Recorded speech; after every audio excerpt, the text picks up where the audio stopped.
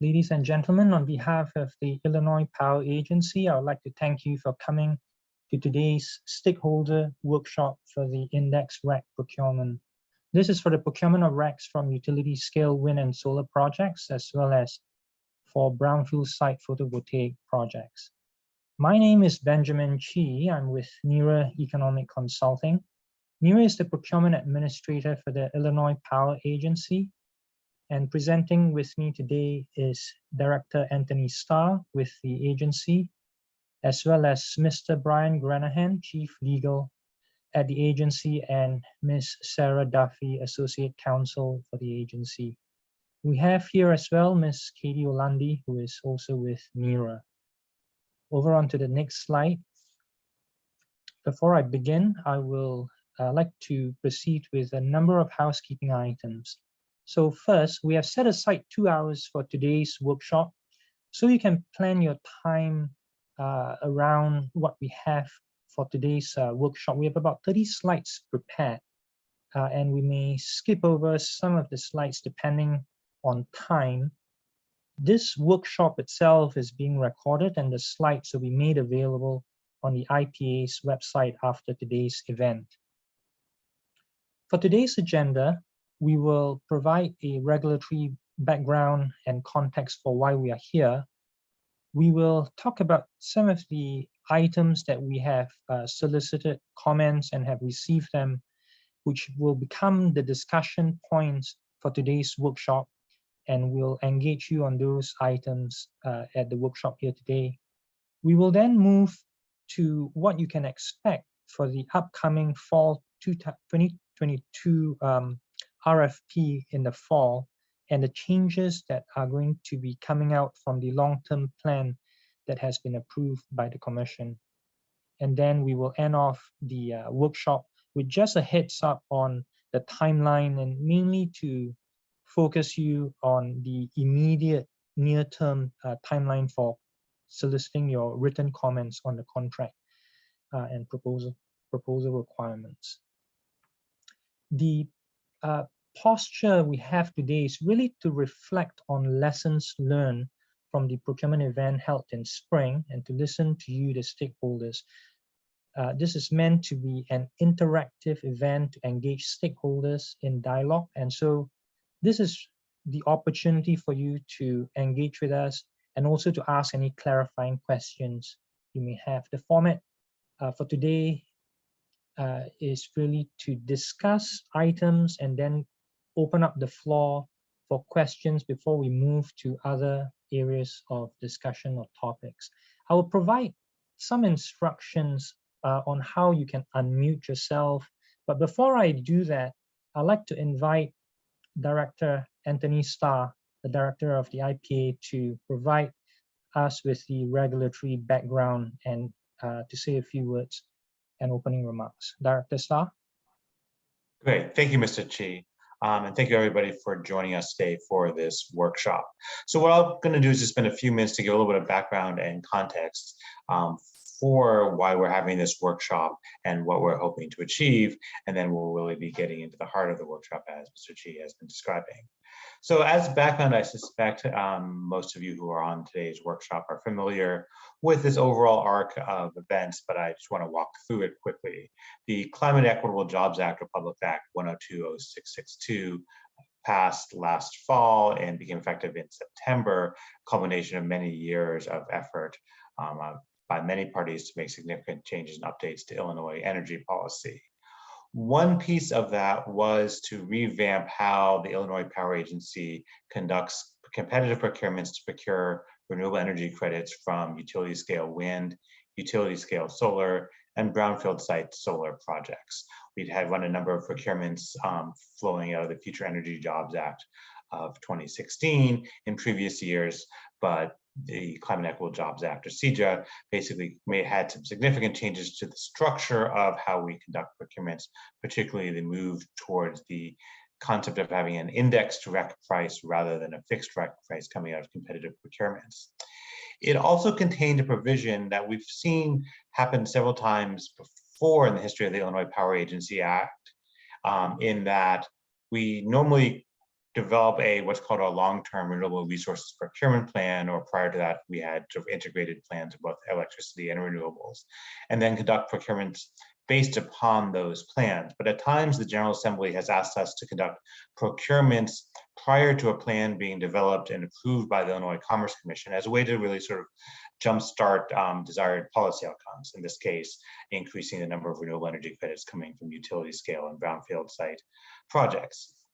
So while the law was passed in September of last year, and our long-term plan, which lays out the details of how we run our procurements and programs related to renewables, was developed, and we've filed with the Commission in March, and it was approved by the Commission in July, we were instructed to conduct a procurement of RECs from Index.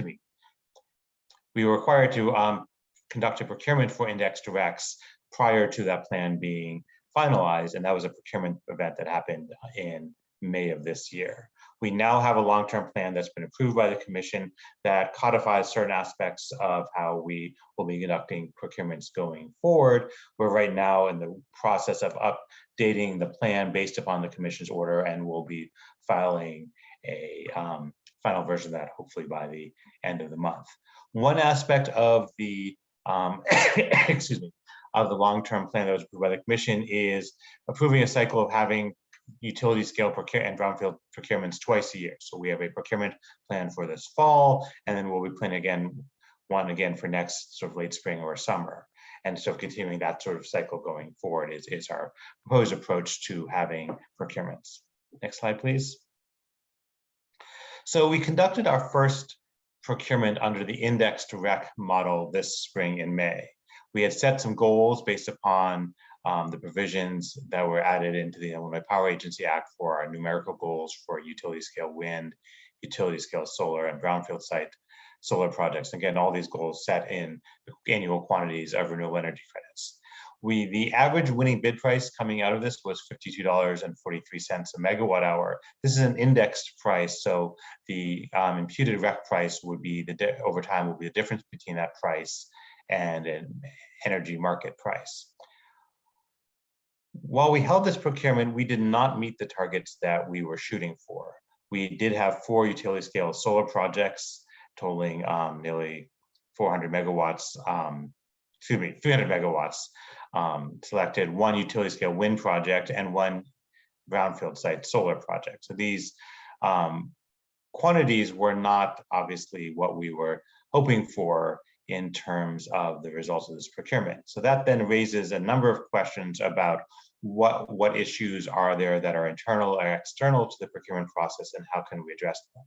And the point of this workshop today, as well as the written comments that we've solicited, are designed to sort of help us learn and understand and consider what adjustments we can make. Next slide, please. So we started this process a little over a month ago, and had a written comments requested and a number of questions posed that were due on July 19th. Those are available on the agency's website if you want to read the comments that are submitted. But we found that while written comments are very important, it's also important to give people an opportunity to have additional discussion and of these things, to take some of those ideas and comments and see if we can maybe probe them a little bit further and understand the thoughts, concerns, and suggestions that people have. Next slide, please. So specific topics that we'll be going through today. First of all, are there specific provisions in the contracts or eligibility requirements in the procurement process, or things like that that impacted entities' decisions to participate or not participate in the procurement? A second issue is uncertainty in the markets. We know there's a lot of issues these days with supply chains, with interconnection processes, with permitting, to say nothing of the very volatile energy markets we've been seeing this year. So we're really interested in people's thoughts and input on these things that are external to our process, but certainly become inputs into considerations developers might have in their decision to participate or not participate. We're also interested in feedback on specific contract terms, as well as understanding how entities are viewing the opportunity to participate in this Illinois Power Agency's procurements versus other procurements to other states, let alone the voluntary market, and so where things fit together and how we should view what we're trying to achieve in that context.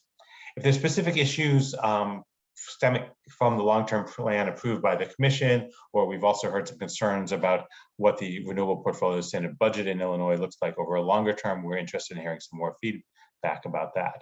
And then finally, across both this most recent procurement and prior procurements that the agency has held, we've struggled to see strong participation from brownfield site solar projects. And we know that there are obviously many, many potential brownfield sites that could qualify for the procurement. So we're interested in understanding that while there's certainly a whole additional layer of complexities that exist for brownfield site projects, are there specific issues or risks related to those projects or aspects of the way our procurement structure or processes or payment mechanisms are structured that provide additional challenges to brownfield site project development?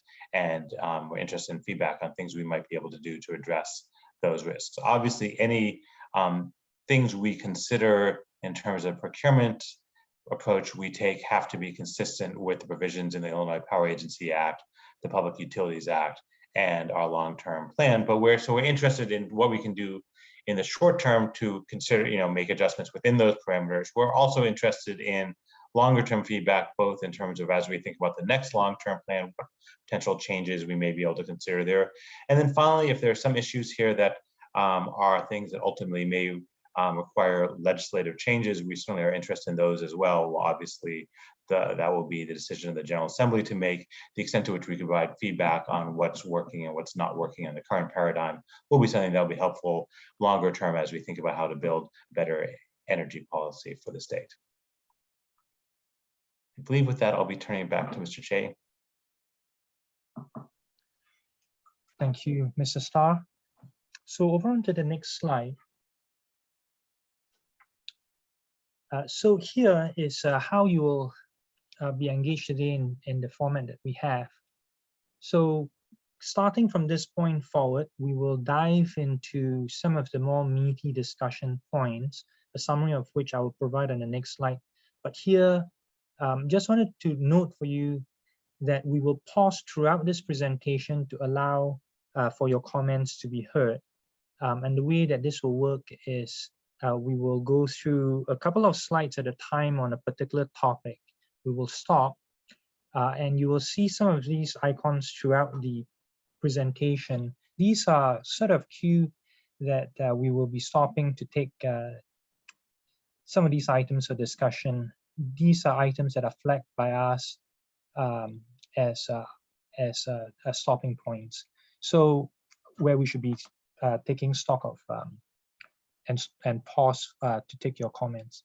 So you should first of all feel free to provide feedback on any slides that you see, not just on things that we have flagged for you. If you want to make a comment or ask a question, please raise your hand and wait. There should be a raise hand function at the bottom of your screen, whether you're using a phone or whether it's on a laptop. And once you raise your hand, we will unmute you or prompt you to unmute yourself. Rather, at that time, you can speak openly. You do not need to identify your affiliation, your company, or even yourself, but we will prompt you by your first name and last initial. Alternatively, you can also submit your questions via the chat function, but really we would like to you to unmute yourself to voice your comments if possible. So over on the next slide, here we have a summary of the discussion items. So before I talk a little bit about the discussion items here, I should probably note one thing that is coming up subsequent to today's workshop. So there will be a written comment process, in particular for the draft contracts that will be released fairly soon after today's workshop. What you will see in the draft contract are really changes required by the long-term plan. And what we expect is that when a draft is out, the draft contract, once it is released, we will be looking for your specific proposals to improve that contract, and hopefully with a view through the lens of today's workshop, On today's workshop, we will raise some of the contractual elements. Some of them are flagged here for you as a heads up. And then we will also try to explain a little bit about where our thinking is on some of these contractual elements. So as you can see here, there are many comments that we have received in the prior stakeholder feedback. We're not going to go through all of them, but we have flagged out a couple that are quite pointed at and have been repeated by more than one stakeholder. So we will start off on the next slide with just talking about the RPS budget, and I know that's a very big item. So with that, I will turn this time over to Chief Legal Counsel, Mr. Brian Granahan, to walk us through this first item on the RPS budget.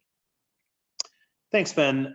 This is Brian Granahan from the Illinois Power Agency, and we have 4 slides in the RPS budget. I think that these slides are probably background for a lot of people, especially if you're familiar with Chapter 3 of our recently approved long-term plan, but not everybody may be, and I think the background might be useful nevertheless.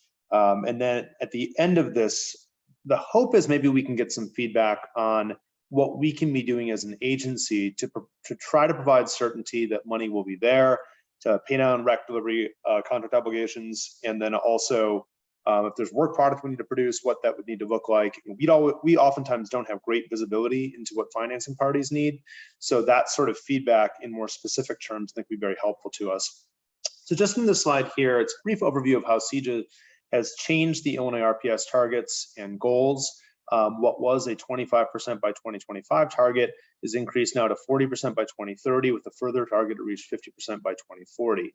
So if we're looking at approximately 120 million megawatt hours annually of retail sales for applicable Illinois electric utilities, that 25% was 30 million megawatt hours or 30 million RECs. And now we're up to 48 million megawatt hours being produced from renewables, or 48 million RECs being delivered annually in order to meet those targets. Then within those broader percentage-based goals, we have individual targets that address our utility scale procurement obligations that we meet through these competitive procurement events, and brownfield side as well. I've just listed out the utility scale wind and solar numbers to give you some sense of scale and some context for this. So based on the targets found in section 1-75C1C of the IPA Act, we would need approximately 7,000 megawatts of new utility scale wind by 2030, up and operating and delivering RECs, and approximately 7,500 megawatts of new utility scale solar by 2030.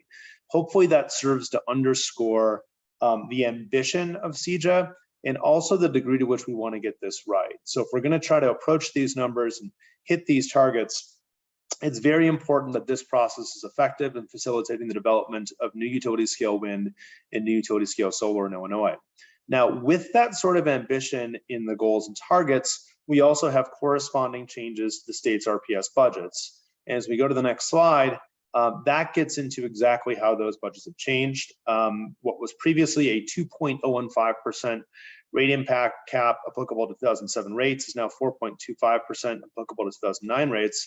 What does that mean in real annual budget terms? Well, we go from about $230 million annually as the state's RPS budget to about $590 million annually. And you can see the exact numbers in Chapter 3 of our long-term plan. Also, what really gave everyone heartburn previously was the fact that those funds couldn't be rolled over into future years after the middle of 2021. That created a lot of consternation. Some of that came through in comments. That's no longer the case. Now funds are basically subject to a 5-year period of being able to be rolled over before being reconciled, with a first in, first out structure that really walls off those funds from ever being lost and not used to support REC delivery contracts. So those are huge improvements in the budget, both in functionality and in terms of volume. The Indexed REC procurements, of course, feature floating RPS budget impacts. We don't know what those will be year to year, given the fact that you have the differential between a strike price and an index price that constitutes the REC price and thus the RPS budget impact, but that index price will vary annually. Now, one of the things that was pointed out in comments that is a bit of a challenge with this structure is that when energy prices are lowest, those RPS budget impacts are likely to be highest, because at that point you have a low index price, so you have a higher REC price. Nevertheless, we think that that ability to roll funds over across delivery years does help mitigate impacts, because at that point, if you have prices going up and down over time, ideally you can smooth things out by what you're taking from the budget varying over time and being able to draw from prior year's collections. Going forward, we will be using a forward price curve to estimate the budget impacts from indexed REC procurement contracts. As a consequence, we're basically looking forward and saying this is what we think energy prices are likely to look like in the future, and thus this is what we think the RPS budget impacts from indexed REC procurement contracts are likely to be in the future. This was something that came up during the litigation of our 2022 long-term plan, and we are committed to using a forward price curve with those contracts that are now in place and any additional contracts that we layer on. One thing to note as you go through Chapter 3 and look at the RPS budget analysis is that our budget, the REC prices that we're budgeting feature a 4% annual decline. For those who've been in the market for a while, you may know that this was the decline that we utilized for the adjustable block program from its inception. So basically with each block, you'd step down with a 4% decrease in REC prices. Going forward, we of course don't know what that will look like. With each annual plan, we may have a larger decrease in REC prices. There may be a smaller decrease in REC prices. A lot of it might depend on technological innovation or federal policy or other external factors that we can't predict at present. But just to give you some sense of the assumptions underlying our modeling, I hope that's a helpful point. As we go to the next slide, this is a snapshot of what the RPS budget looks like over the next 10 years or so. One thing to note here is that we did not model out additional expenses layered on after, I believe, the 2029, 2030 delivery year. So you would still see a decrease in some of the funding available or the total expenses. You'd see increase. I'm sorry, we probably didn't model out any additional increases after 2030, 2031.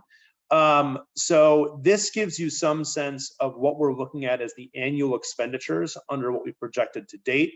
This is against the backdrop of something like a $590 million budget, but we have a huge cache of funds that have been collected over the years. And as you go through the plan, you can see how we're operating against that cushion as we go ahead and project these expenditures.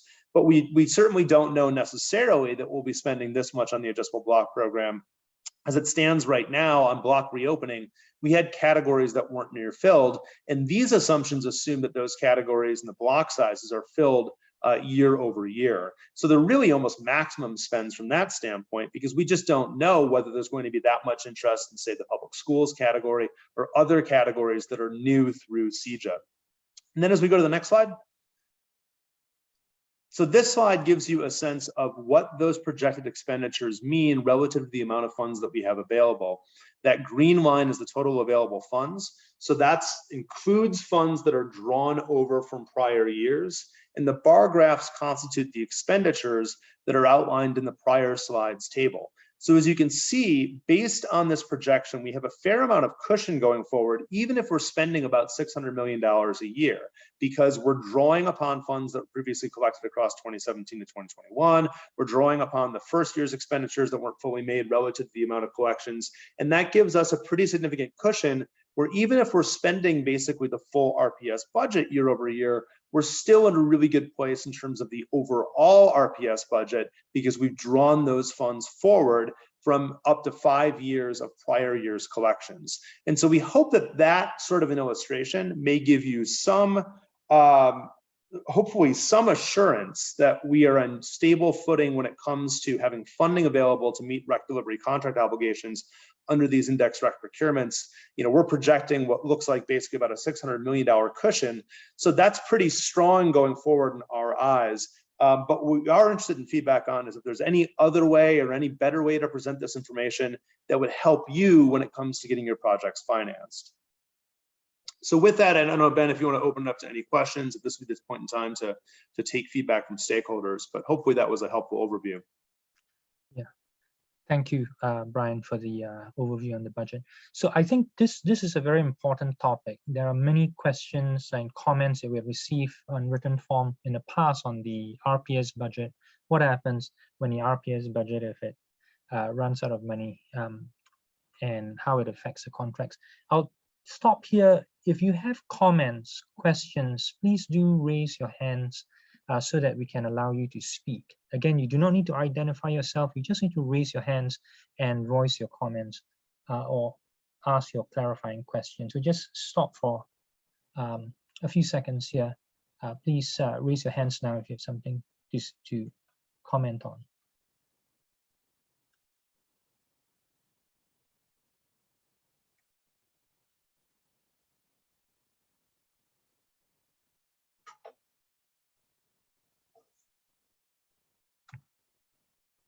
Again, just scroll to the bottom of your screen. There should be a raise hand function that we will prompt you to unmute yourself. If you have something to comment on, please do so now.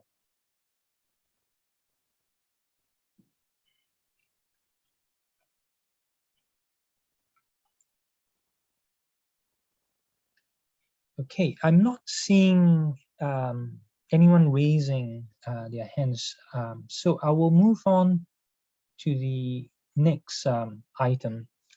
So item 2 deals with REC delivery requirements. There are a cluster of things that affect REC delivery requirements.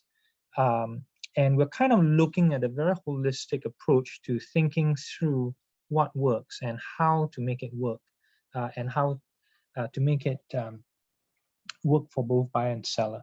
A couple of key items kind of grouped together on this is just to talk through about the fixed REC quantity obligation versus the buyer's fraction of output framework that some of you have noted for us. The use of standing order as an option rather than a commitment. The use of replacement RECs from other projects or excess RECs from the same project.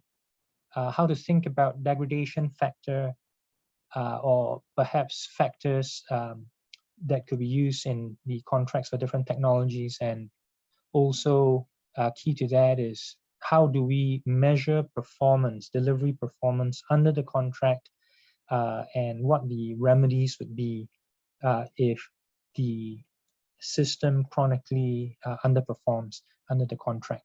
So before I open up the floor on some of these items, I do want to at least lay out a couple of key principles that we have been looking at things that we've been thinking, our views on that, so that at least you get a sense of how we're thinking about some of these issues. And then really just want to hear from you what works for you and how we could enhance or improve the contract terms based on some of this, the thinking surrounding these. So the first principle that we have is just to think through that this procurement is really a competitive procurement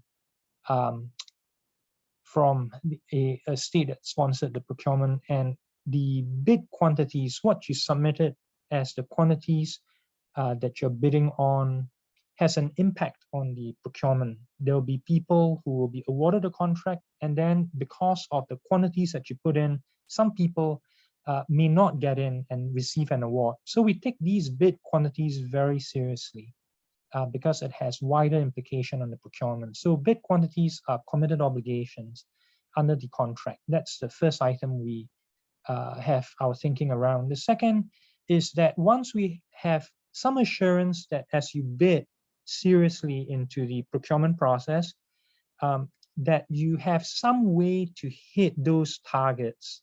If you cannot hit those targets, you really shouldn't be bidding those quantities. But if you have some serious bids in that you're able to hit those quantities, then on our side, we will allow for flexibility to optimize and to address shortfalls. We will plan for them in the contract terms so that a shortfall doesn't lead straight away to a termination of a contract or an event of default, but we will build some flexibility around that. But we do want to honor and be careful about the implementation of the Indexed REC mechanism and to allow that to function. And by that, what we mean is that we have to honor the fact that under an Indexed REC mechanism, payment flows both ways. Sometimes payment will flow from buyer to seller, and sometimes if the energy prices are high, for example, Indexed REC is above the strike price, that is also when seller will pay buyer as well as deliver the recs to buyer. That's how the index rec mechanism is set up by seizure, and that is what we have to implement. So with that, we want to avoid optionality. So any mechanisms that we put in place, we do not want to have that mechanism be a source or conduit for gaming or optionality, where your decision to deliver or not will be based or influenced by whether you're paying the buyer or you're getting paid by the buyer, depending on where the index price is over the strike price that you've bid. So that's the third principle and our thinking surrounding that. And the fourth is really just to allow for the payments to be settled over a 20-year term, such that you do not bid and for your deliveries to exceed what you bid by a big amount, and such that you have a 20-year contract out there, but the deliveries are such that you will complete the contract term in 15 years, for example. So that's sort of not what was intended or what we contemplate when we have these contracts out. So with those few principles, I hope that this will give and shed some light around how we think about some of the proposed mechanisms. But we really want to hear from you, the stakeholders, what your pain points are and how we can make it better, recognizing that we have some of the initial thinking, what we lay out here as principles for us to think about. So with that, I will just stop here before I jump to the next slide in more detail on speaking about excess recs. I want to at least stop here to see if anyone have any comments. This is your chance to let us know what has made it difficult for you. We want to hear what your pain points are. So maybe I'll just take a second here to open up this time to the floor. Again, to ask your questions, simply raise your hands, and I see there is one person that has raised their hand. Yes, so Sarah G, I will allow you to talk, so you should get a prompt to unmute yourself. Hi, can you hear me? Yes. Yes, I was wondering specifically for the buyer's fraction, one reason we were interested is so that we could potentially have multiple off-takers to reduce the overall risk of the contract. I understand your key principle about avoiding optionality, and I understand that component of, I understand not being interested in a buyer's fraction for that reason, but is there any world in which you would allow for multiple off-takers on a project? Yeah, we do not prohibit multiple off-takers in the project, to be clear. But what we do require is that you are able to hit the rec quantities that you have bid into, because it has wider procurement implications. If you chronically or consistently are not able to hit those targets, and on top of that, you have been allowing for recs to be transferred to other third parties after winning at the auction through an index rec mechanism. So I think that's what we are concerned about, and we want to at least make it work for all parties. If there is a way that you can propose your what you're thinking within this framework, that could be helpful to us. The seizure also, I must add, looks at quantities in terms of the procurement, but I think we are kind of open to listening to what proposals could be out there to make that work. Thank you. That's helpful feedback. Yeah. Does anyone else have any other comments or a proposal or things for us to consider or think about?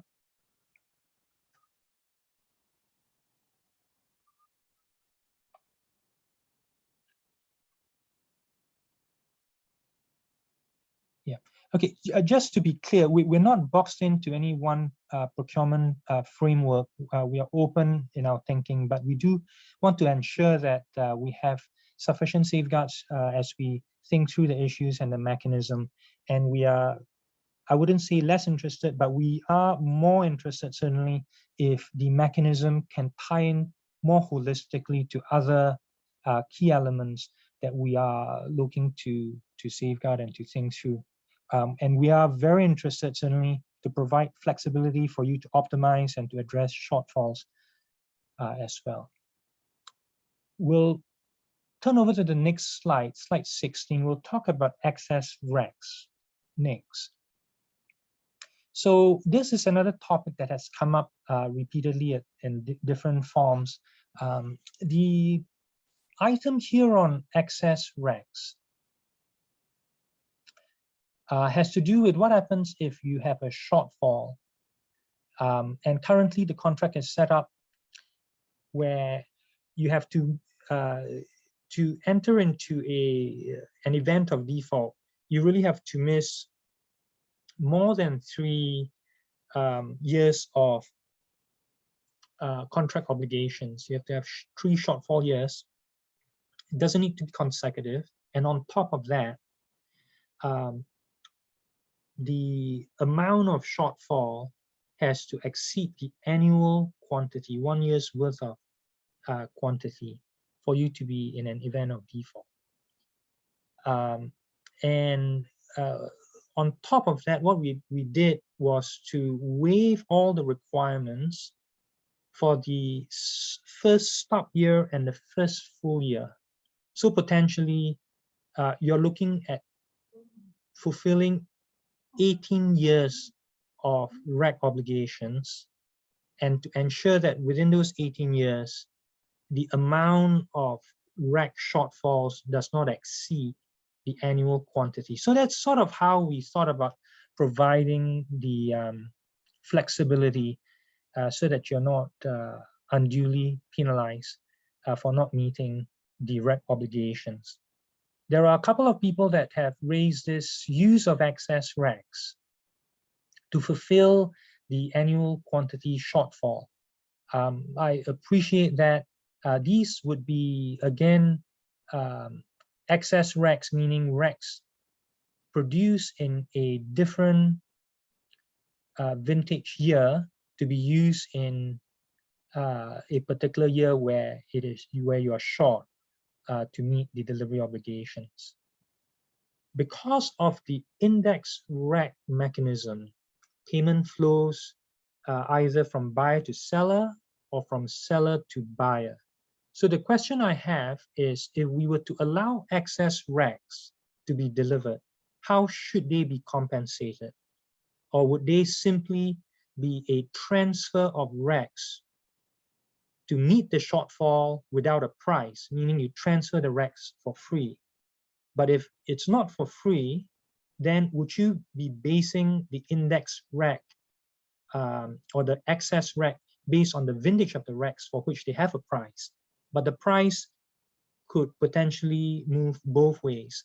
It could be in the money or out of the money, where the RECs, for example, could be those that seller owes buyer money. So as you transfer those RECs to meet some of these quantity obligations, would you be also willing to pay buyer if the index REC price exceeds the strike price? So I'll leave that question to the floor as we explore how could we use index or excess RECs to fulfill or to meet annual quantity shortfall.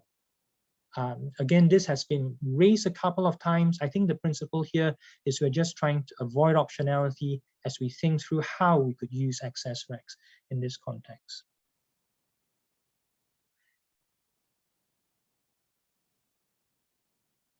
If you have a comment or a proposal or clarifying questions, simply raise your hands or enter it in the chat. We'll just wait a minute here to see whether there are any comments on this point.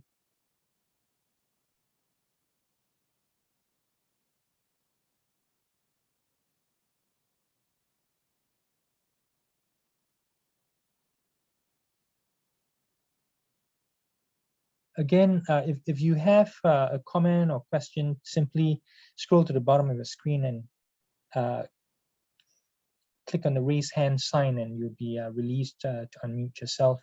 The posture we are taking here very seriously is that we want to listen to your pain points and how we can improve this process for you as the stakeholders. We want to engage you in the dialogue and want to listen to how we can make things better. So if you do have comments on how we can solve some of these issues, we do want to listen and consider your proposal.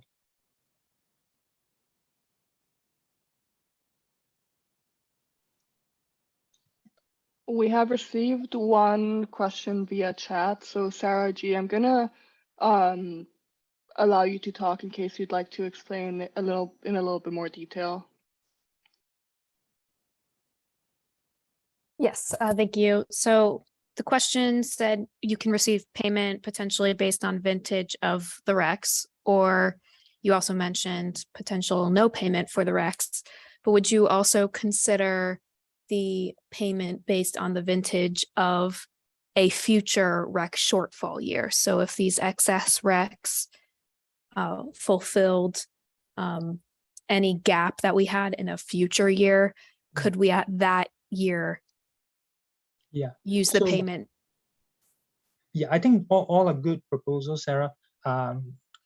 Before you mute yourself, just one clarifying item here for you, which is that if we do allow, however we allow for the price to be discovered and used, would the excess RECs be transferred over at the will of the seller?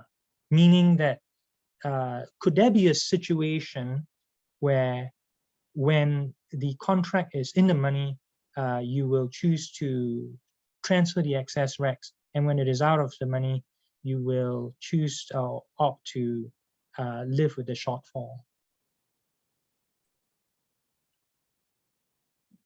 I don't think, in my mind, it's not the transfer would happen only if they were excess RECs. So only if it was above the annual quantity, you could decide whether or not to send excess RECs. So I think the answer to your question is yes, the seller would decide if they are excess RECs, whether or not to sell them and transfer those RECs. But the choice would not be there if you were in a shortfall, only once you've met your annual quantity. Oh, okay. So I think I understand your proposal. So your proposal is for the excess RECs to be transferred ahead of time and to be considered as excess RECs. And if it is not transferred in advance of a shortfall, we couldn't use them. But if they are transferred to the buyer's account in advance, when there is a shortfall year, we could then use those excess to mitigate that shortfall based on whatever price that comes out in that shortfall year, whether it is in the money or out of the money. Is that right, Sarah? I think we're saying the same thing, yes. Yeah, okay, thank you. I think this is a helpful clarification and very helpful point for us to consider. Thank you. Are there any other folks have any comments or questions?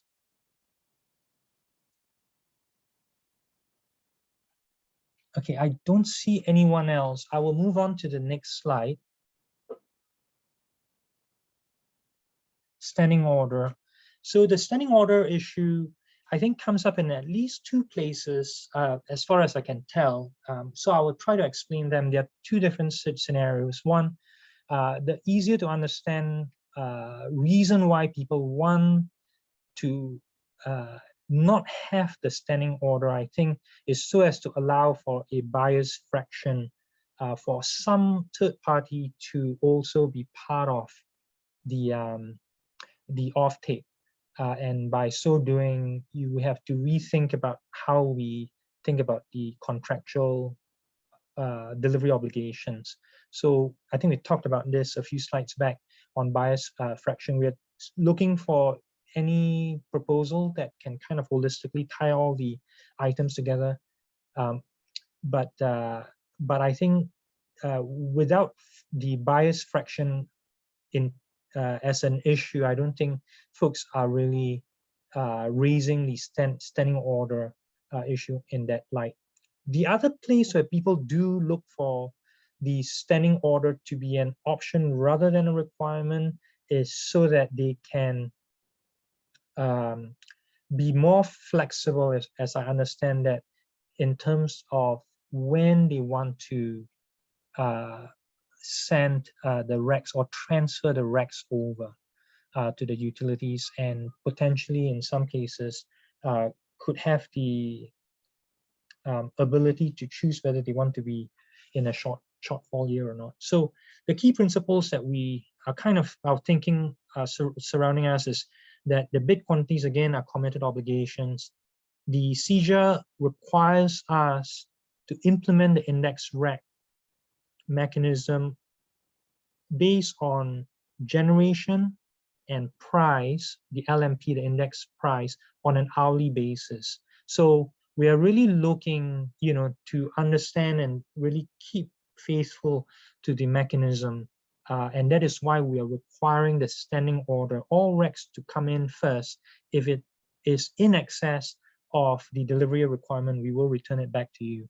But otherwise, we do look for first rights to those recs, given that is how the price views the obligation on an hour-by-hour basis until you generate, issue, transfer those recs over based on those same production numbers. But I do want to open up this time to see whether anyone have any suggestions or alternatives for us to think about that could alleviate this gaming issue and without a standing order in place. Or if there is another reason why the standing order is not a good idea.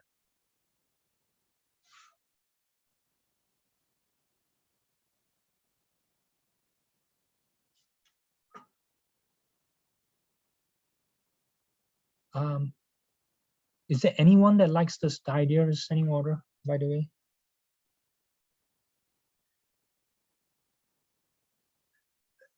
For those of you who are not sure what the standing order is, it's just a registration with GATS or MRATs as the REC registry for the automatic transfer of your RECs over to buyer's account once they are issued and generated from your system. So under the REC contract, we are imposing a registration of the standing order to be in place for all the RECs in the system.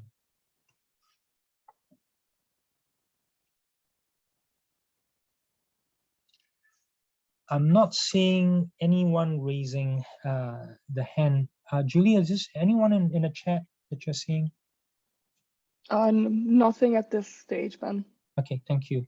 All right, let's move on to the next slide. So we have received a couple of questions on the collateral requirement. The first item is just the requirement itself.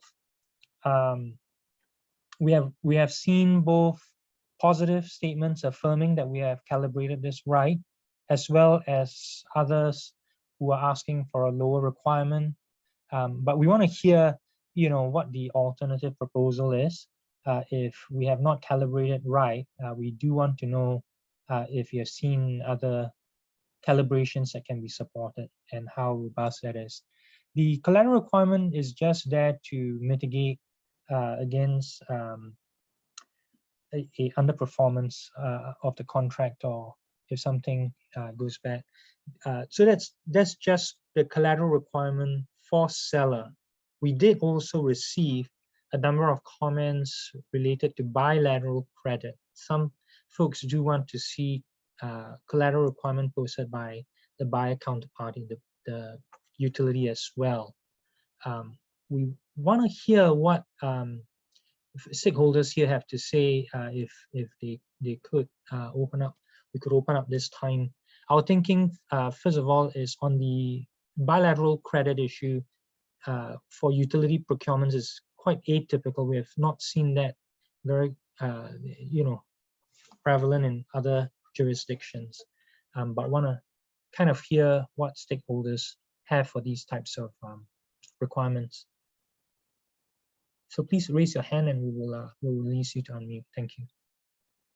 Sarah G, I will allow you to talk, so you should get the prompt to unmute yourself. Thanks so much.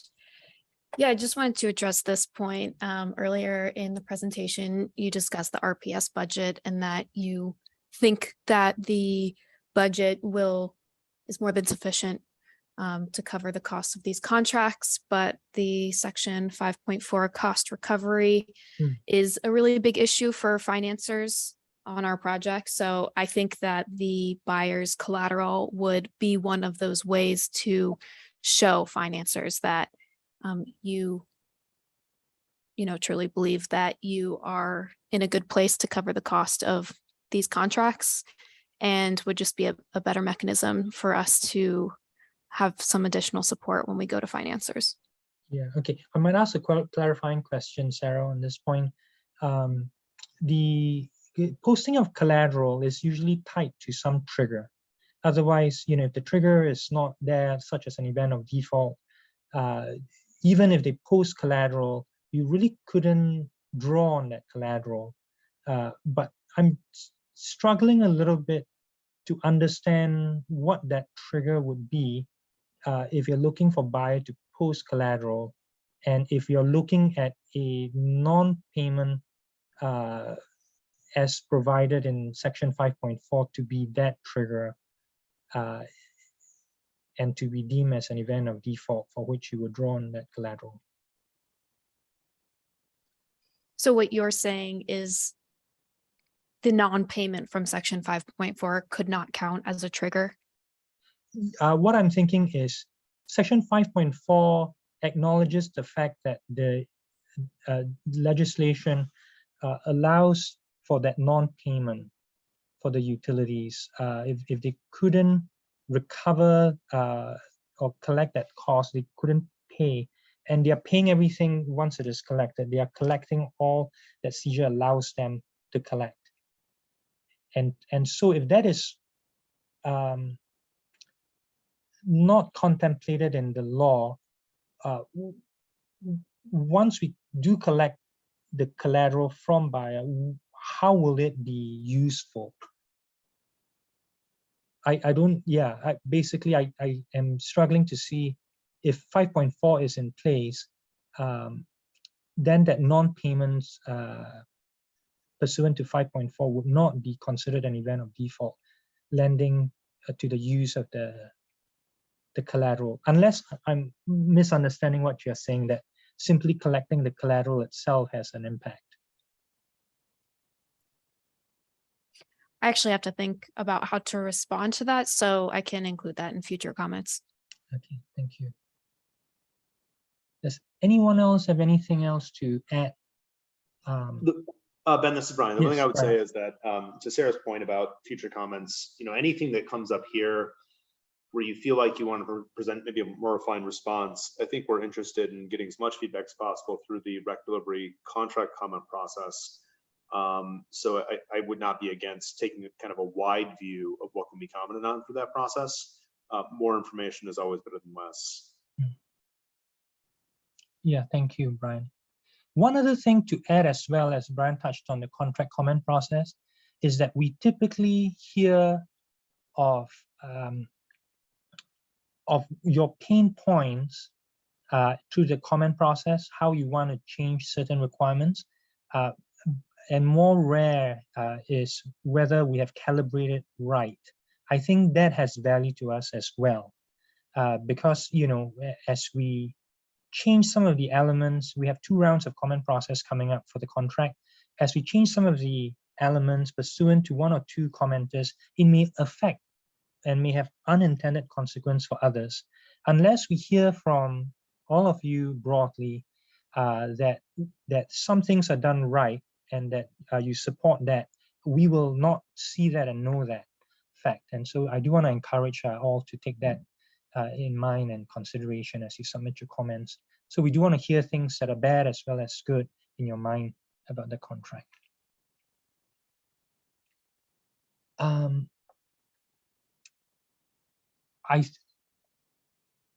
I don't see any other hands raised. I think we'll move on to the next slide. So here, I think this is sort of a free-for-all. You know, we don't have anything concrete here. I'm just raising a couple of items for you to consider. Yeah. Ben, excuse me, we did receive one comment via the chat. So Siamak, and I will give you the prompt for you to speak up a moment.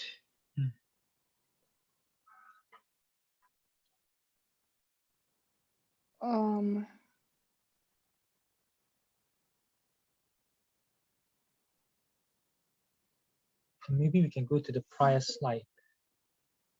Yeah, so Siamak, I don't actually see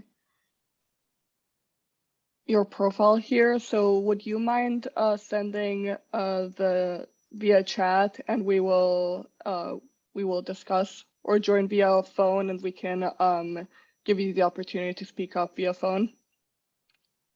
Yeah, Siama, I'm not sure if you joined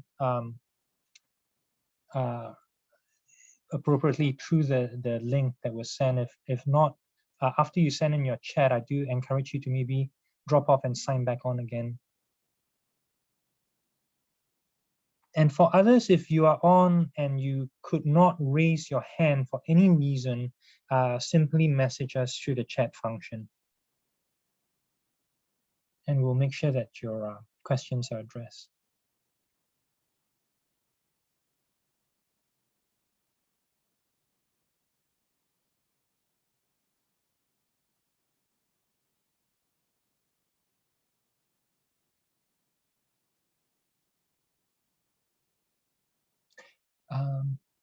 I'm not seeing a follow-up from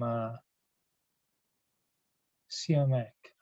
Julie, are you seeing any new chat that came through? Oh, nothing yet, Ben. So I think let's move on for now, and we'll go back to item 3 once we hear from Siamak again. Okay, Siamak, again, if you are hearing this and you're not able to raise your hand, I suspect that something is wrong on the technical side, and there might be a technical issue. Just drop off and join back on. We look forward to engaging with you on your question. Thank you. All right, on slide 19 here, this is a free-for-all, really, just to make sure that you have a forum to ask any questions, clarifying or otherwise, or if you have comments, pain points that you feel, we want to hear from you. So I'll just leave this time open for maybe a minute or two to see if others have things that come to mind that you want to raise.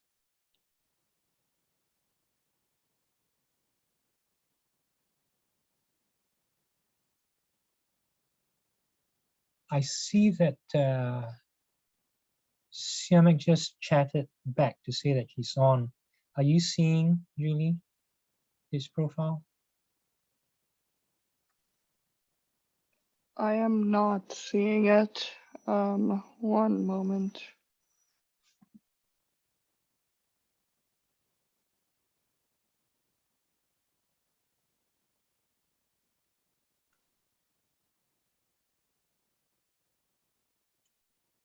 I'm not seeing it right now, but I will message him privately to make sure we fix the technical issue. Yeah, okay. Oh, you could message him with the link to join.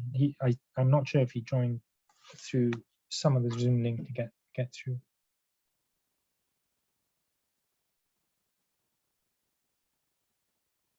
Okay.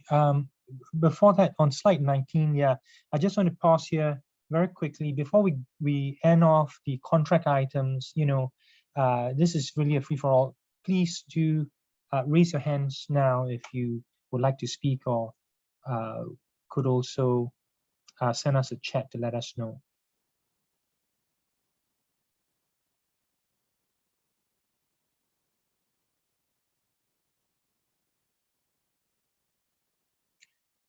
Siamak, if you're still on, if you have a couple of questions that you want to raise, could you just put them in the chat as well while we try to get you to speak?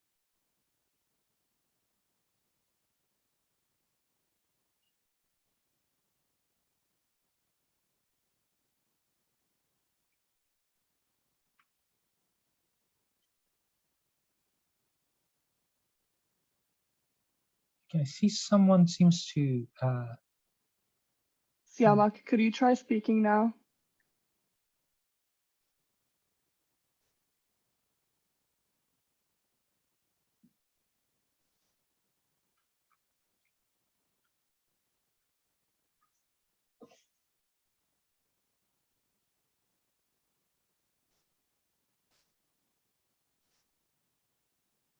No, I'm not seeing that. Okay, is there anyone else that would like to speak about the contract items? All right. Hopefully Siamak will be able to join us soon. Let's move on to the next slide. I think item 5 will deal with the benchmark, and I'll turn this time over to Ms. Katie Olandi to walk us through some of the comments here and to take your comments on this issue. Katie? Yeah, thanks, Ben. So this last item that we identified is going to be covered over the next 2 slides, and it's related to the benchmark that's used in the evaluation of bids. So this first bullet provides a little background on the benchmark that's described in the Act.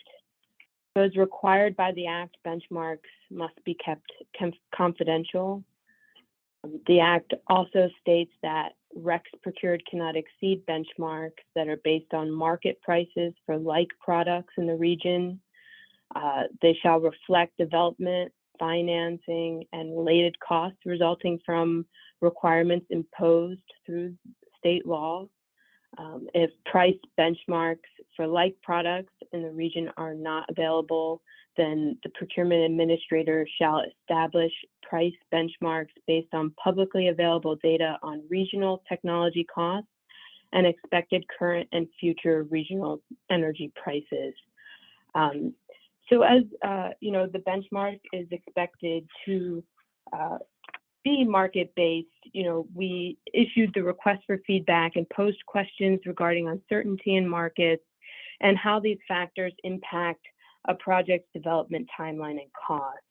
And questions were regarding interconnection delays, supply chain issues, siting and permitting, volatility and increased price levels that are seen in energy markets currently. And in response to these questions, we got a lot of comments explaining how these factors lead to increased costs, increased risks, difficulty in pricing bids, and generally tightness in REC supply.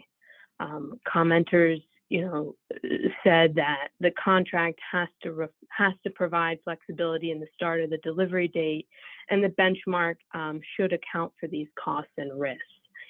So on the next slide, I'm going to go through the list of factors that were described by commenters as cost drivers, and then we'll open the floor to commenters who'd like to further describe how factors in the market are driving bid pricing uncertainty, driving higher costs, and creating risk. Next slide, please. So this slide provides a summary of the comments that were received.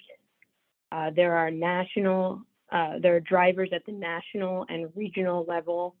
So commenters discussed MISO and PJM interconnection process delays in completing studies, which leave developers with a lack of clarity on costs, the high and rising inflation, uncertainty around federal regulation and policy being drivers. So we received feedback regarding the Department of Commerce's circumvention probe related to solar tariffs, uncertainty regarding additional tariffs at the time of the spring 2022 bid date in May, uncertainty regarding federal tax treatment. Additionally, comments were received regarding supply chain challenges related to delivery of materials and equipment, and the fact that developers are exposed to increasing costs from materials, transportation and freight, labor, to capital. Also, mention of uncertainty caused by excessive volatility that's seen currently in energy markets. Commenters also described cost drivers due to uncertainty within Illinois too. So siting and permitting challenges primarily due to local ordinances, and these issues related to siting and permitting are not necessarily known until after an award is made. Comments related to labor shortages, comments related to there being these new project labor agreement and minimum equity standard requirements, which could increase costs or would increase costs, and then some open items related to the pool of equity eligible contractors. And lastly, commenters discuss the RPS budget and the risk of non-payment. So at this point, we'd like to open the floor to stakeholders who'd like to add to this list or expand on a topic. You know, we're not asking for developers to discuss how they price their bid. We just want to listen to stakeholders in regards to uncertainty that's driving costs. So if you'd like to speak, go ahead and raise your hand.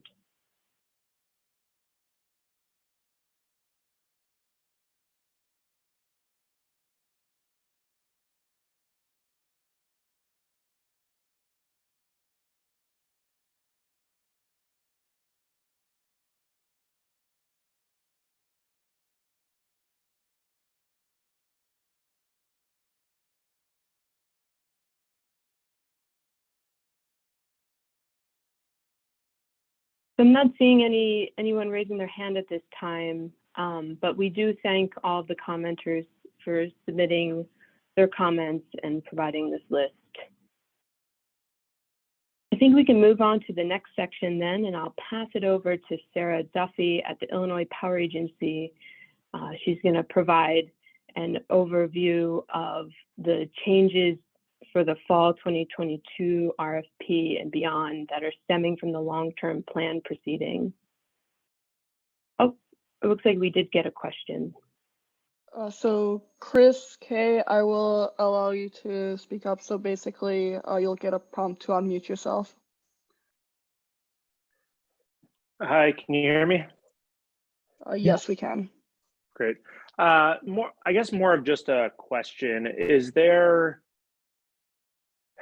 trying to think of the right way to phrase this. Is there any possibility of the IPA or the consultants sharing anything with respect to the methodology for deriving this benchmark price?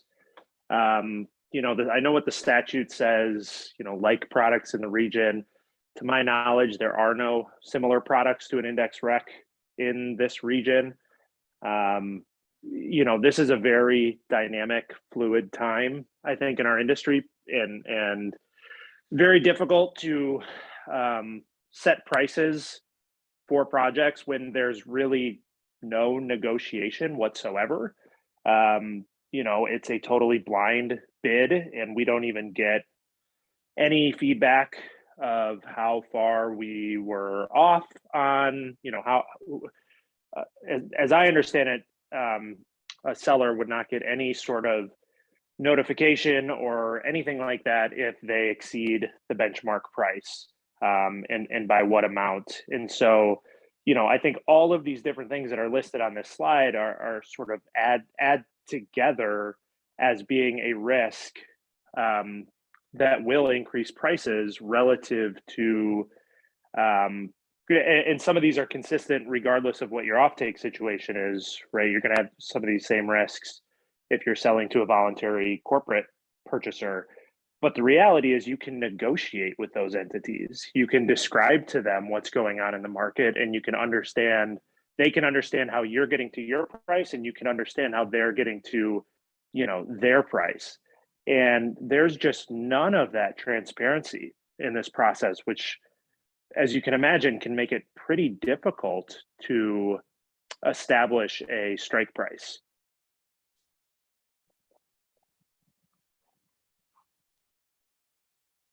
Thanks for that comment, Chris. So what I hear is, can more information be provided on method, and more feedback be provided in regards to whether a strike price met or did not meet the benchmark? I think that this is feedback that can be discussed, and yeah, and so we appreciate that. I don't know if anyone else on the panel has more to provide on this. This is Brian. I think at minimum, it's important for us to know that and to understand the degree to which that creates a constraint. I think for us, you know, as I think many in this call know, this process is born from competitive procurements that were used for block energy products, and the confidential benchmark has served us very well.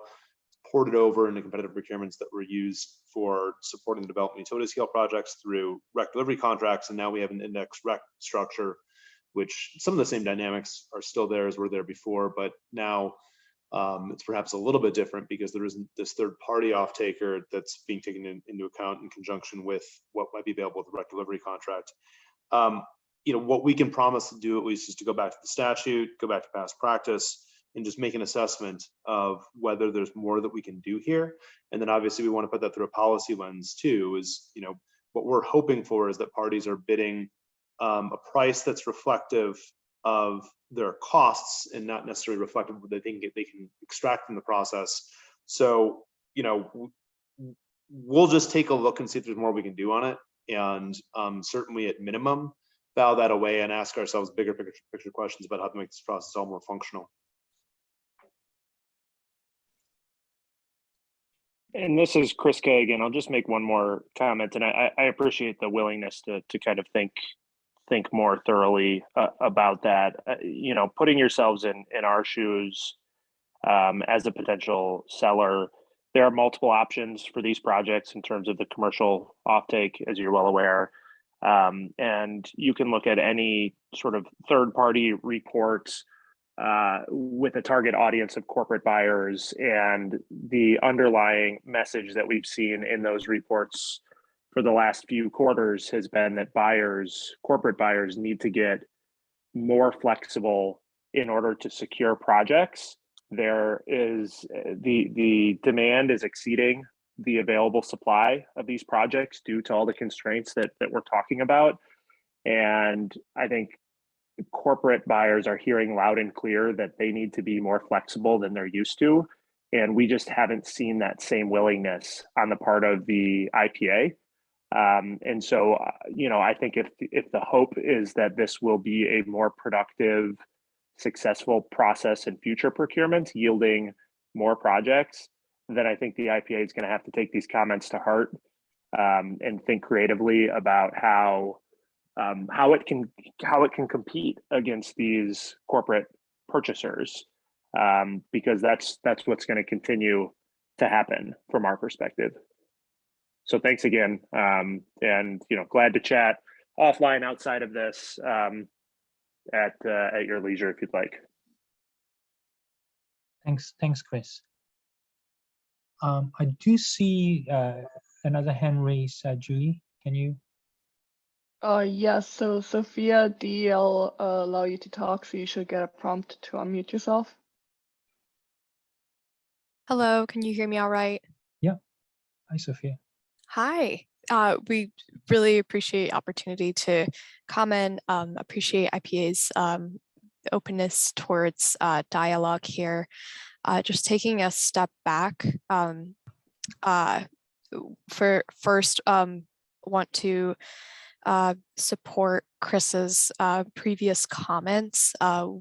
We are certainly seeing a heightened level of demand, which is fairly difficult as it is for us to reach, given all of the market uncertainty.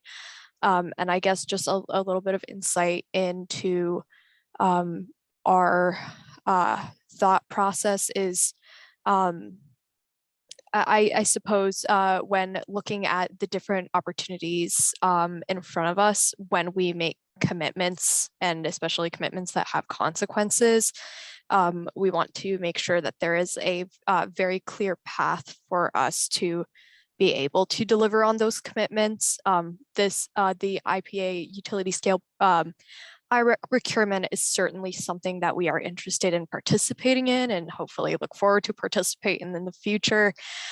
There are, however, several new provisions and requirements that are not quite fleshed out yet or have not been fully implemented. And in taking a look at that and thinking, well, my goodness, this is not fully fleshed out. Like, we don't quite know what exactly is required on our part. And then also with the context that I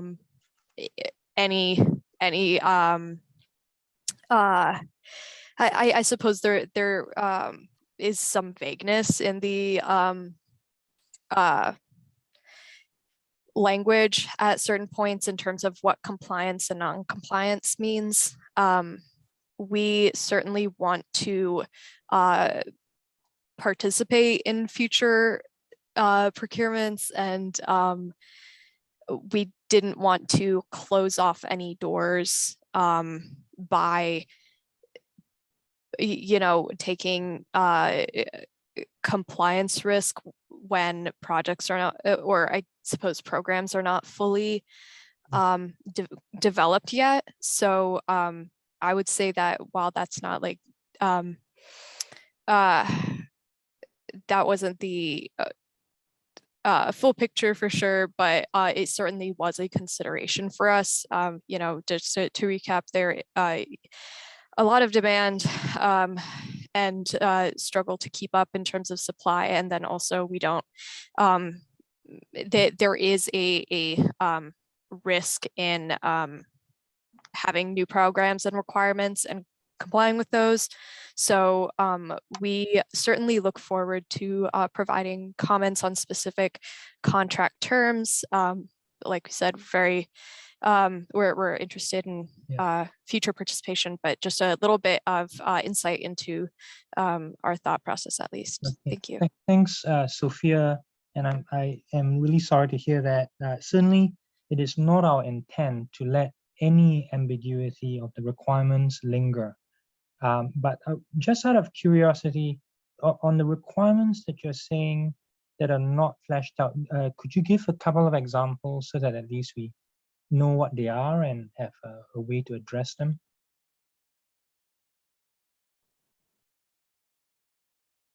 Yes, certainly. So one of the requirements that we are aware of and that we are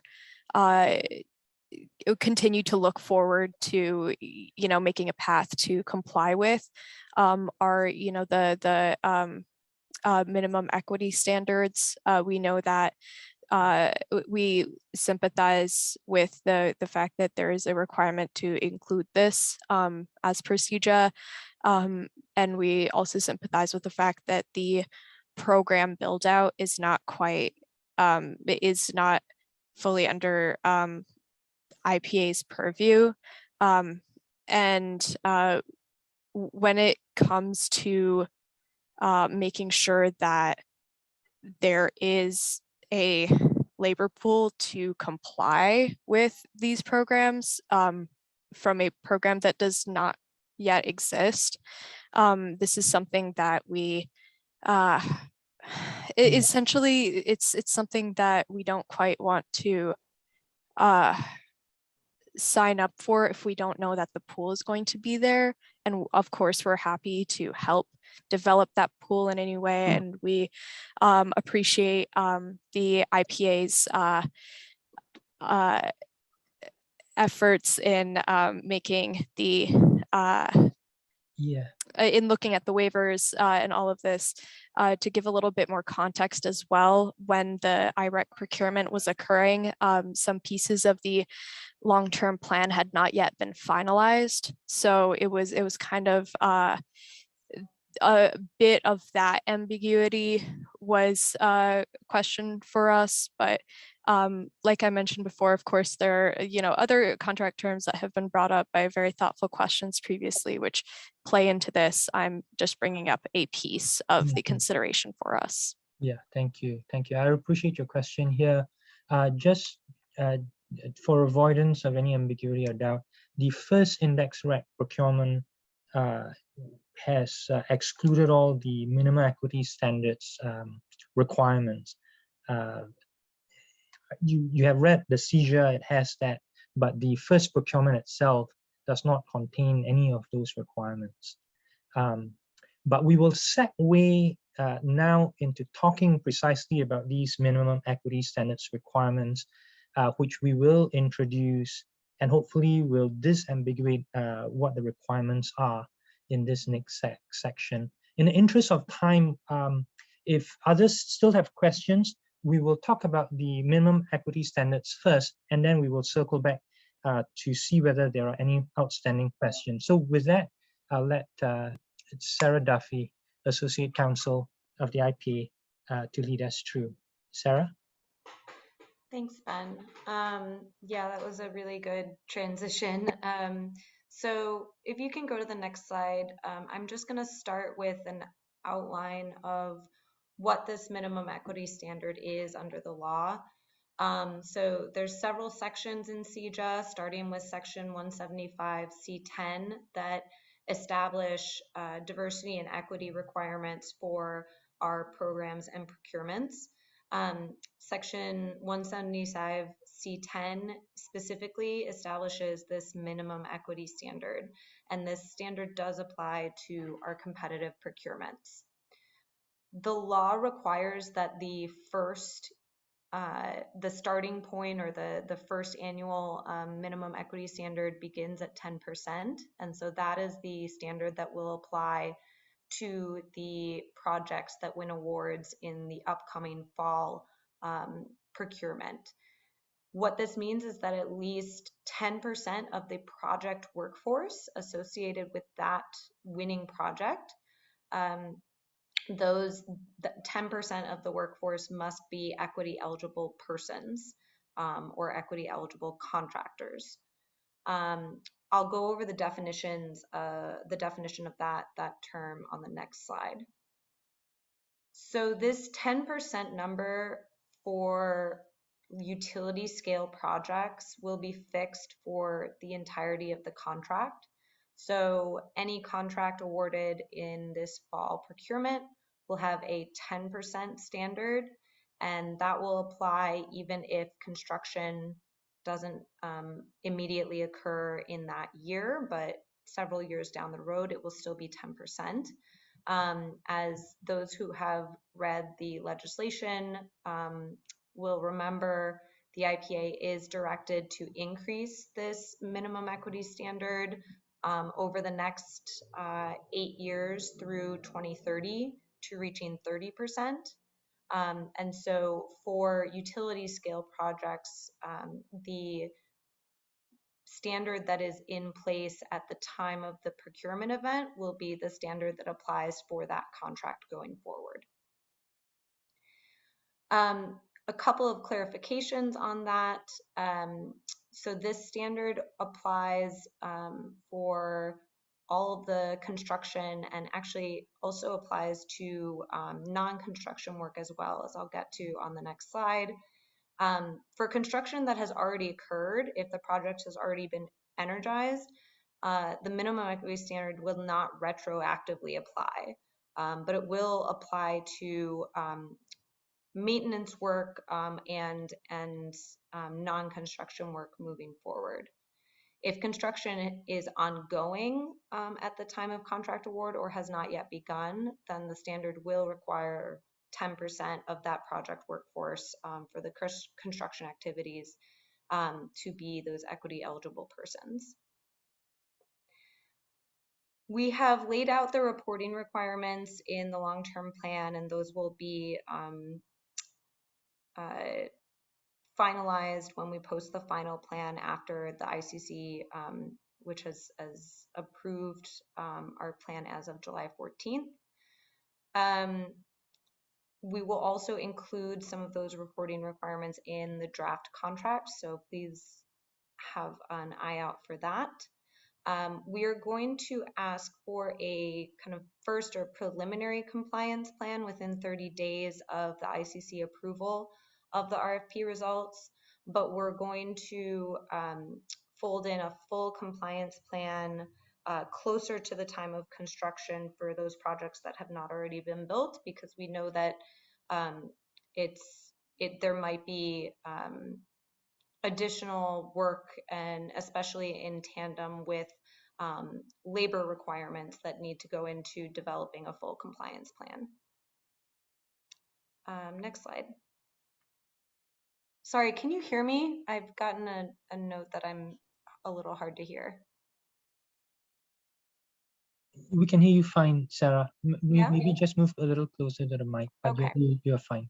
Thank you. Okay, sorry about that. If that was, if anyone missed something that I said, please ask for repetition in the chat.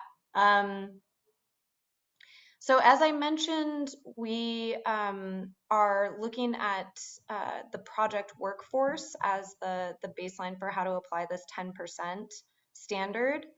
We have defined that in our long-term plan to include employees, contractors and their employees, subcontractors and their employees, anyone whose job duties are directly required by or related to the development, construction, and operation of the project.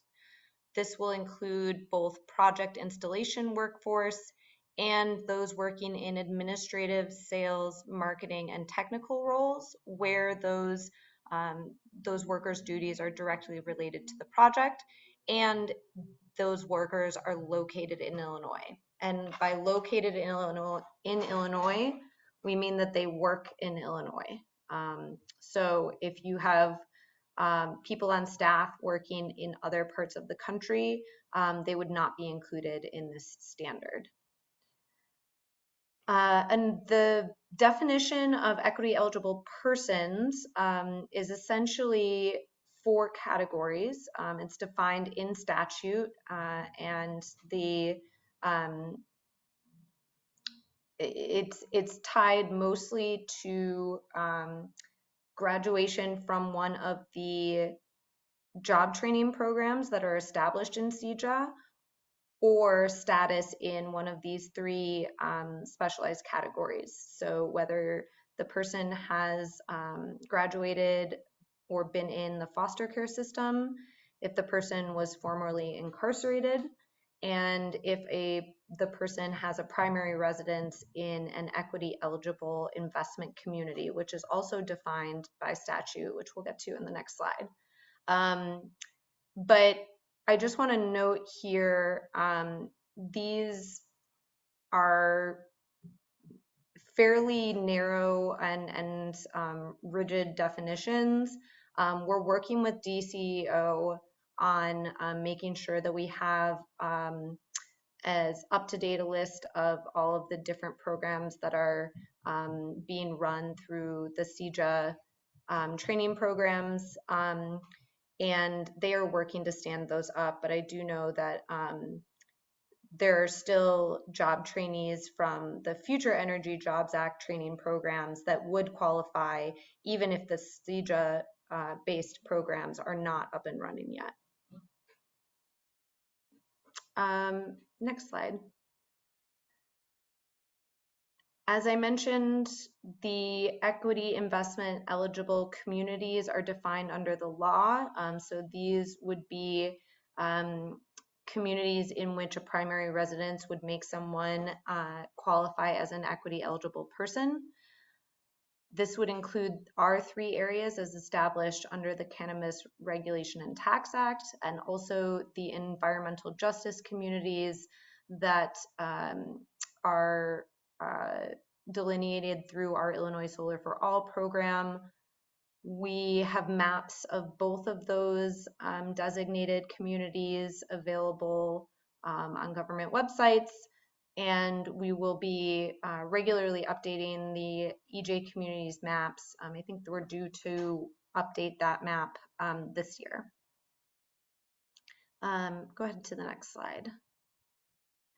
So how this works in bid evaluation, all bidders should have a minimum commitment to that minimum equity standard, but we're also going to be prioritizing bids that go beyond that initial 10% standard in this fall 2022 procurement event. We'll be essentially adjusting the submitted strike price down on a sliding scale for each 10% additional commitment above the minimum equity standard. So if you commit to having 30% of the project workforce be equity eligible persons, then you would get a corresponding reduction in your strike price, making your bid more competitive for selection. There's another prioritization outlined in the law having to do with the energy transition community grants. These are communities that were previously or still have significant fossil fuel workforces that the primary employer has either been shut down or is shutting down. That program is being administered by DCEO and has not yet been set up. So we aren't going to be able to provide any prioritization for the fall 2022 RFP. But once DCEO has that grant program set up, that will be another preference provided to bidders. I think this might be the last slide on the equity pieces. If you can go to the next slide, I think we shift to labor. So I just wanted to pause and see if there were any questions. Should I go straight through them, Ben, or should I pause? Yeah, why don't we just go finish that section off? I think that might Okay. be easier, and then we can open up for the floor. Thank you. So we just have a couple of slides on the labor elements of CEJA. CEJA now requires all projects to meet the requirements of the Prevailing Wage Act for projects in adjacent states, as those are also eligible for our competitive procurements. We're looking for essentially wage parity with what the Illinois prevailing wages are. So if the project is located in an adjacent state that has its own published prevailing wages, those should be used in order to comply with the Illinois prevailing wage requirements. If the project is in a state that does not have a prevailing wage law, the project should rely on the federal Davis-Bacon rates in order to comply with the Illinois prevailing wage requirements. And then finally, for project labor agreement provisions, we are asking that a project labor agreement be submitted to the agency with at least 60 days before the start of construction. If the construction has already started at the time of bid, then we will ask them to be submitted at the time of bid submission. In addition, we've added or at least clarified one of the elements outlined in the IPA Act's definition of what a project labor agreement should include. One of those elements includes provisions for minorities and women, for apprenticeship hours to be performed, and goals for total hours performed by underrepresented minorities and women. In addition to the actual numerical goals and targets, we are requiring that the project labor agreement include a description of the efforts the seller will take or has taken to achieve such goals. So things like recruitment and offering apprenticeships. Can go to the next slide. So in terms of consequences for failing to meet these standards, we've already had actually this is just the voluntary default addition.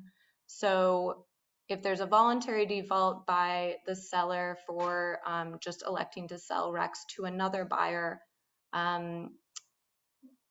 they will be in default of the contract.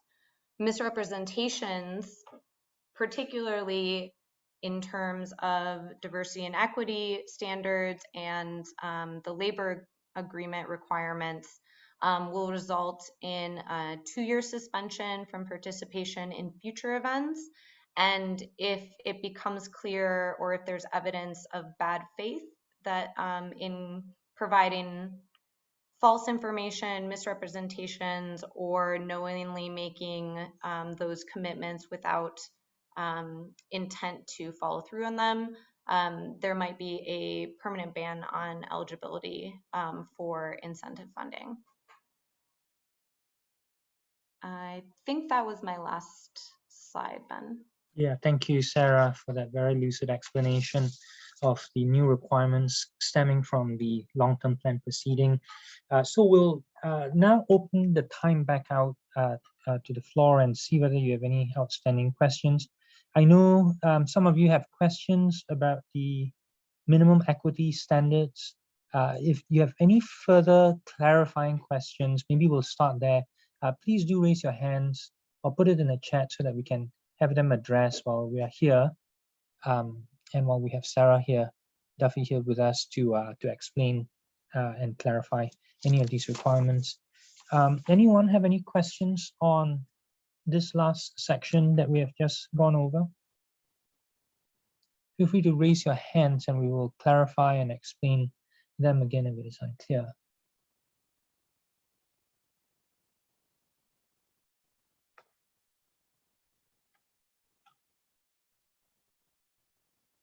Okay, I'm not seeing any hands that are raised. Maybe I'll ask a more general question.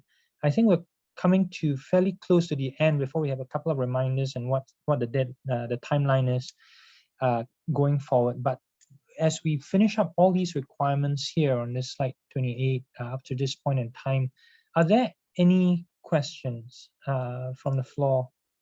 We'll love to address them and disambiguate any requirements that you think have not been fleshed out. Ben, this is Brian. One thing I just wanted to underscore, like Kevin and Sarah's presentation, that I think may be helpful, especially given some of the comments from I believe Sophia that preceded it, is we're hoping that by virtue of saying the minimum equity standard that's in effect, the time participation, or in this case, the 10% that'll be in effect when we start things out, by saying that that basically applies to the work involved, we don't then have a floating standard. So as people may be aware, that minimum equity standard goes from 10% to, I believe, 40% by 2030. And by virtue of freezing it for projects that, who knows, construction work could happen in 2026, 2027, just given the way that we're seeing these interconnection queue delays continue to delay project development.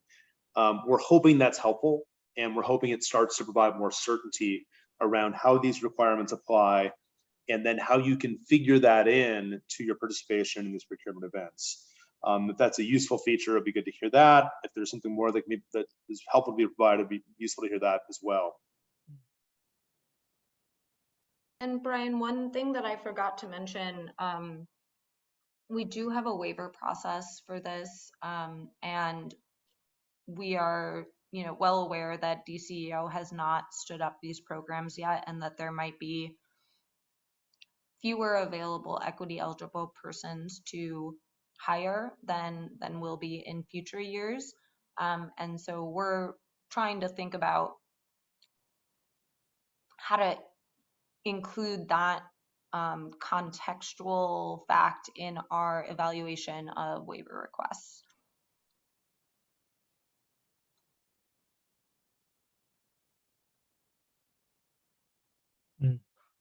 Yeah, thanks, Brian and Sarah, for those additional points. Again, if you're having trouble locating the raise hand function or couldn't do so, even if you click on it, just send us a chat.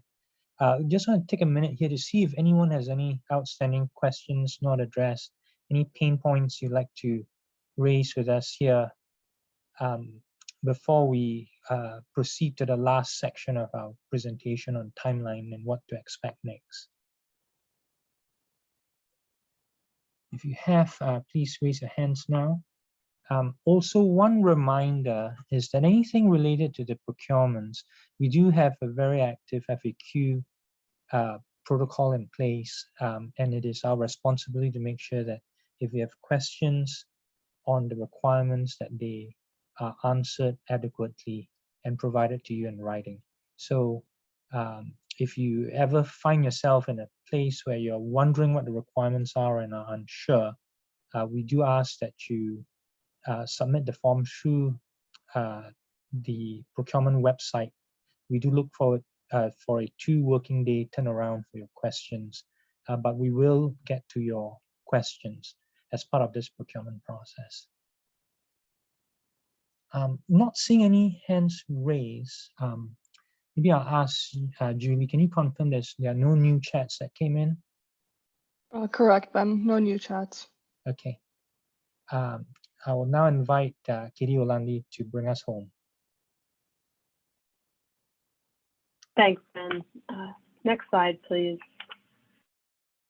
So on this final slide, we provide a calendar with the timeline for the contract and RFP development this summer. So we're planning on having 2 opportunities for written comments in August and September. We will post a first draft contract along with draft preliminary proposal requirements by Friday, August 12th. And then we'll open the first round with comments due on August 26th. Next, on September 9th, we'll post the second draft contract along with the full suite of draft RFP documents, including the rules and illustrative proposal forms, which are the application forms that would be submitted to qualify a project. And then comments in the second round would be due on August 23rd. And then we'll prepare and post the final contract and RFP documents by October 7th. So this week, we're going to post the complete calendar for the fall 2022 RFP process, and then we'll send an announcement to the website registrants. The process to qualify a project for participation is going to open in mid-October, and then bids will be due on December 9th. So with that, we can move to the next slide. I think I can just close the presentation by thanking everyone for joining the workshop today. We have an email address here if you'd like to submit additional questions or comments. Please feel free to do that.